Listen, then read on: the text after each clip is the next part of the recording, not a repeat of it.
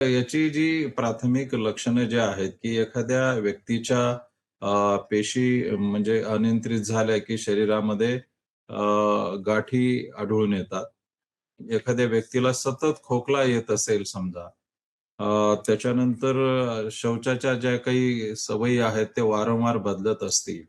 त्याचप्रमाणे आपल्या शरीरामध्ये जेवढे काही छिद्र असतील, तर याच्यामधून जर रक्तस्राव होत असेल किंवा आपली स्त्रियांमध्ये जे काही पाळी येते, तिच्यामध्ये एक्सेसिव्ह ब्लिडिंग होत असेल आणि ती वारंवार जर ती येत असेल, तर ते सुद्धा एक धोक्याचं लक्षण असू शकतं. त्याचप्रमाणे एखादा व्रण झालेला असेल, अल्सर झालेला असेल समजा, ज्याला आपण असं म्हणतो, की एखादी जखम झाली आणि ती जर भरूनच येत नसेल, आपण ट्रीटमेंट घेऊन सुद्धा, अँटिबायोटिक घेऊन सुद्धा, तर हे सुद्धा एक त्याचं धोक्याचं लक्षण आहे.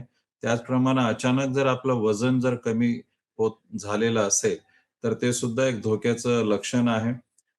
तसंच आपलं एक शरीरात जे काही असे बदल जाणवत आहेत, तीळ जे आहेत आपल्या शरीरावरचे, त्यांचा आकार सुद्धा जर बदलत असेल, संख्या वाढली असेल, तर ते सुद्धा हे धोक्याचं लक्षण आहे. ही सगळी धोक्याची लक्षणं जर आपल्या शरीरामध्ये जर दिसत असतील, तर निश्चितपणे आवाजामध्ये जर सुद्धा बदल झाला असेल, आपला आवाज जो नॉर्मल असतो, त्याचा जर घोगरा आवाज झाला, त्याला होर्सनेस ऑफ व्हॉईस असं म्हणतात. ते जर असं आढळून आलं, तर ते सुद्धा धोक्याचं लक्षण आहे. मला असं वाटतं, की अशी प्राथमिक लक्षणं जर दिसली एखाद्या व्यक्तीमध्ये, तर निश्चितपणे तात्काळ ती डॉक्टरांकडे, एक्सपर्टकडे जाऊन ती तपासून घेतली पाहिजेत आणि चाचण्या केल्या पाहिजेत.